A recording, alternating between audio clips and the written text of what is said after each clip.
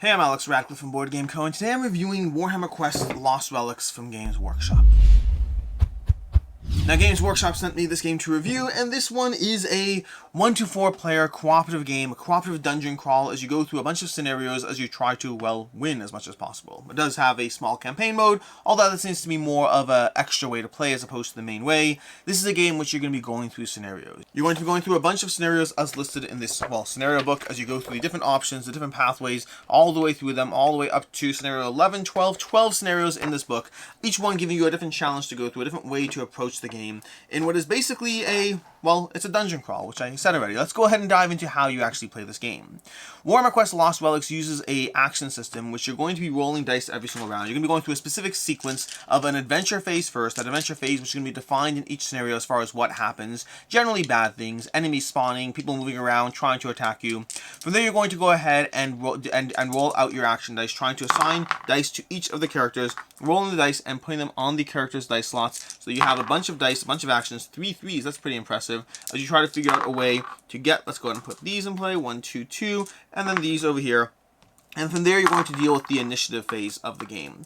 You're going to put all these dice in play from there, and then you're going to grab these initiative cards and deal out the initiative phase. So you have an actual initiative order. Luxa, Regis, Duras, and then Calthea over here is going to be our initiative order for the round.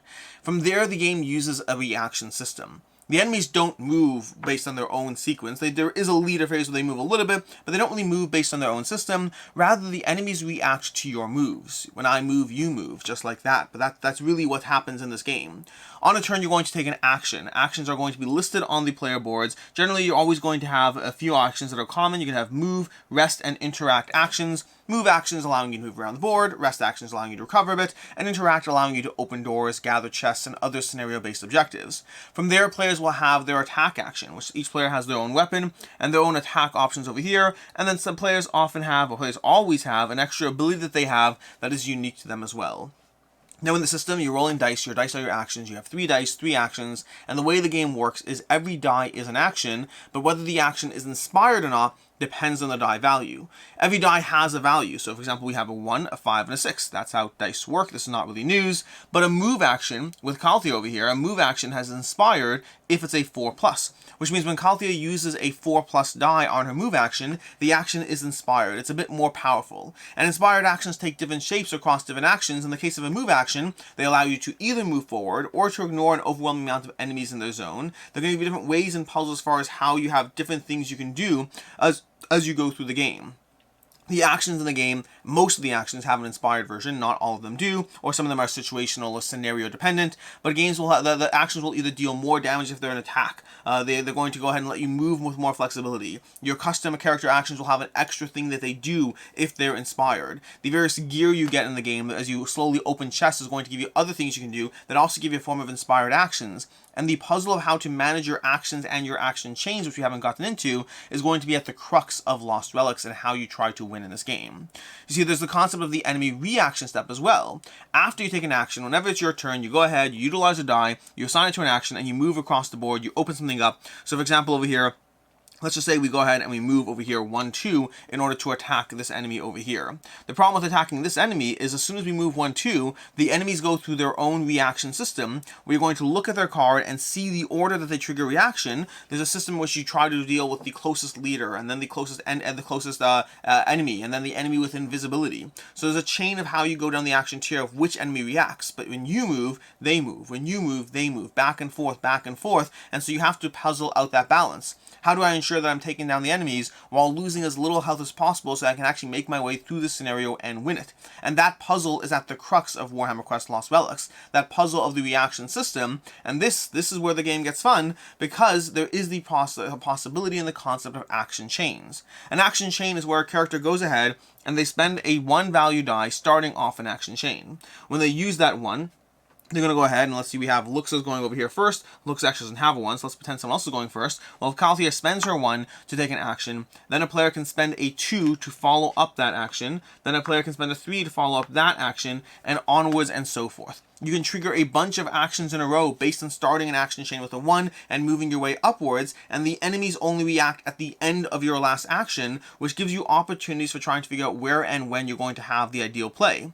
Additionally, you can use destiny tokens. Destiny tokens are going to be these little tokens over here that you earn throughout the course of the game based on specific things that are dependent upon the scenario, but they're going to give you the opportunity to modify your dice, giving you more abilities to actually trigger those action chains, to slaughter a horde of enemies before they have a chance to even realize that you moved in the game. And that's going to be the core concept of Warhammer Quest Lost Relics. You go through a phase, you go through an adventure phase where bad things happen. You roll your dice, you determine initiative, you start taking actions. The leaders go through a leader phase. The leader phase is where things can also get brutal as you go through the leaders, as you look at them, and as they react, spawning more units on the map, putting things out, attacking as much as possible, trying to in some way slaughter you as efficiently as they can while you go through the game. The enemies have their own way that they're taken down. For the most part, any enemy, 2 hits will take them down no matter what. And in the case of, depending on the strength of your attack, sometimes a single hit will be enough. The leaders have their own health over here they're going to be mindful of, different health that you're going to be trying to track, as well as yourselves have your own health before you flip to your wounded side, although there are still options to recover in the game.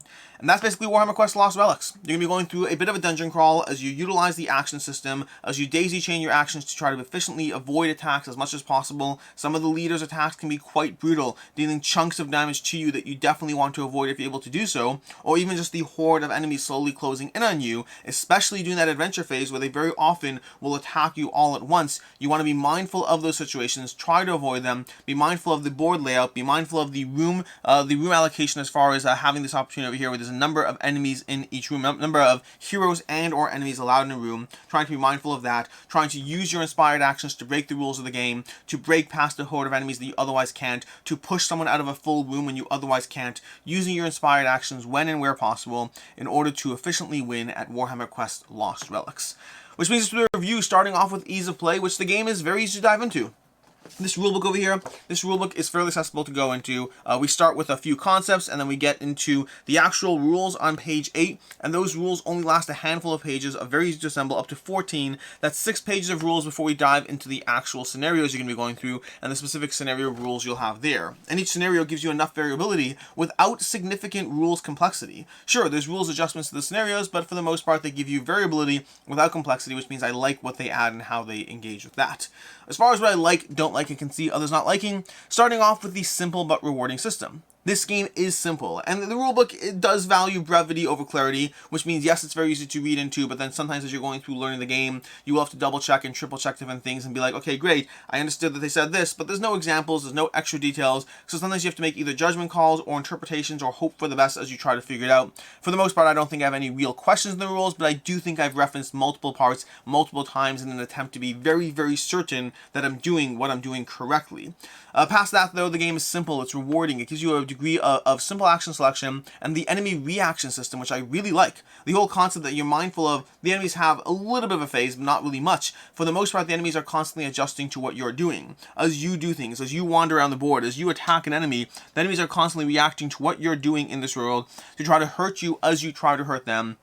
And how you navigate that. When you use a ranged ally, when you use a melee attack, when you try to push someone in one way or another, when you try to daisy chain your actions to charge into an area and take them down, they give you a lot of opportunities to feel clever around this reaction system. That action chaining is a ton of fun. The idea of sequencing actions and finding the right opportunity depending on the initiative order, using your destiny tokens when relevant to try to figure out the optimal action chain can be a lot of fun, especially when you find yourself in a tricky situation where a leader is about to hit you 4 or 5 times unless you manage to daisy chain your actions in a way that takes them out of play. And the characters all have their own skill system that again feels fun and rewarding. The characters have their own unique skills, things that will stop actions, things that will modify other players' dice, things that will allow, we have Luke's over here. Luke's is going to allow, Taros over here, to be able to jump around the board in different ways, using almost a little bit of a pet or minion flying around the board, taking a bunch of actions and a bunch of attacks in sequence. The game has fun characters, a variable system, action chaining, a whole bunch of fun things that make this a very simple and yet accessible dungeon crawling game, which brings us to things we don't like, which are going to be problematic. they're going to be problematic. Starting off the bat with the one that's not problematic, or the two that are not problematic, which first of all, this is a miniature game. This is a miniatures game where you're going to have to build miniatures. This is push to fit, and so it's not like a complicated miniature setup. It's no glue, no whatever, but you will need your little tweezers or clippers, whatever it is, to clip out the parts, and then from there follow the instructions. If you don't like miniature assembly, this game's not going to be for you, because you do have to assemble miniatures in order to actually get this game up and running. High quality miniatures, if I can get the camera to focus, let's see if we can get it focus. High quality miniatures with a ton of detail and very easy to assemble, but at the end of the day, still miniature assembly, so you have to be okay with that as a concept. Secondly, and worsely than that, I would say the game art looks bad. I mean, art is a matter of opinion inherently, but in general, this game has some incredible miniatures over here, and then everything else looks not great. The rooms don't look great. The art doesn't look great. The tokens don't look great. The way everything fits together looks completely chaotic and like a mess. I do not like anything else visually about this game past the miniatures. That's not entirely true.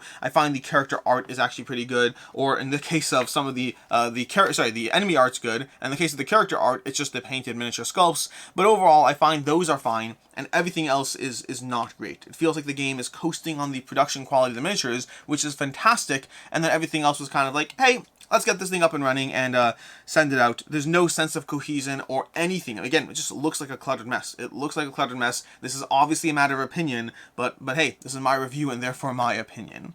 Those are small details though. I can get over those easily enough. The thing for me that really is a problem with Lost Relics, and I've read the rulebook 3 times, ensuring that I'm not doing things wrong here. Maybe I am. Maybe I'm missing something. But the game gives you different ways to win scenarios. The game has their scenarios you're going to be going through over here. You're going to be diving into these, and they all give you different scenarios. Slay that person, escape the battlefield, all these different options as far as how you engage in scenarios. And while what I'm about to say is not true for all the scenarios, it's true for a lot of them. Warhammer Quest Lost Relics functions very well. Like, I really enjoy it when you are playing it thematically appropriately. When you're playing it to tackle the enemies in front of you. When you are playing it in order to move your way progressively and slowly through the dungeon, taking down the threats as they come, dealing with what you need to deal with as it comes up. It works well when you do that. Where the game breaks again and again and again and again, I've read the rulebook 3 times trying to figure out if I'm doing something wrong, and I do not see that I am, is if you are aggressively charging towards the victory condition, if you are forgetting any thematic play, and if you're just like, hey, we're supposed to do that, let's just try to do that. Let's just run through the dungeon, trying to do what we can to just get there and end the game as fast as possible, the game is broken. I don't say that lightly. I really don't. And if I'm wrong, please let me know, and I'll pin a comment down below. If I'm missing something, let me know. I'll pin a comment. Check this review. Please check this review for a pinned comment at any point, if in case I am wrong. The game seems broken. Too many of the scenarios seem like you can easily and aggressively charge forward towards the victory, ignoring the obstacles in your path, and just doing what you need to win and calling it a day.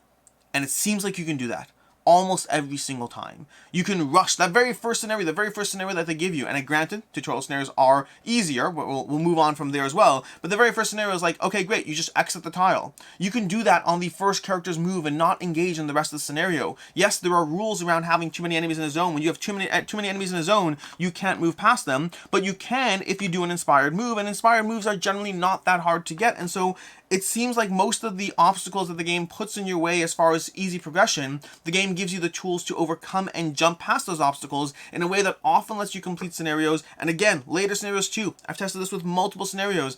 It seems like if you are willing to just play aggressively to win, you can charge forward and win, and then the game feels broken and feels a little silly. It feels a little silly for me to go through the thematic dance of trying to play this game thematically when I know that at any point I can just charge forward and win the game. There is a puzzle here. There is a very rewarding puzzle here. But the game ignores that puzzle by saying, by the way, here's a cheat code in your face and present that at any point you can just do. If you're willing to play it optimally, you will just win at any point. Again, please let me know if I'm doing something wrong by any means. If anyone has had a different experience, I've read through the rules multiple times trying to find where I'm incorrect, and I have not yet found it. And that's a big deal, because it kind of kills the fun for me when I'm sitting here trying to play through the next scenario, knowing full well that if I'm willing to just try to win, I will destroy, and very, very quickly. As far as I can see others not liking, on a lighter note, as far as I can see others not liking, first of all, the player count is a big deal in this one. I find that if you're playing this as a single player game, then you might find it frustrating to control 4 characters, which you're generally going to do. It's pretty easy. I've done it. I've played this game both solo and 2-player, and if you're playing it solo, it is easy to control the 4 characters. You may not want to. That's a different story. And then I say, as far as the player count on the reverse end of things, I think 2 players is where I'd cap out. Now, I've only played this at 1 and 2 players, keep that in mind, but I think more than 2 and the game becomes a little too simple if you're controlling 1 character each. More than 2 heads at the table feels like it would be too much for this game. I think this game probably thrives as a solo and as a 2-player game. I'm sure you can try it at 3 and 4. 3 just feels weird because you're each controlling 1 character plus 1 peripherally, and 4 just feels like 1 character is not enough to actually engage with what you're doing in this game. But past that, as far as final thoughts, I don't know how to rate this game. I really don't. If you take out the broken part of the game, this game borders on a 4 for me. Like, it's not a bad game at all. I don't like the art. I really don't. I don't like the production quality. I don't. But the actual game system, the actual reaction system, the action system is simple and rewarding. Simple and rewarding is a great combination to have, and this makes it a very good dungeon crawler in that sense.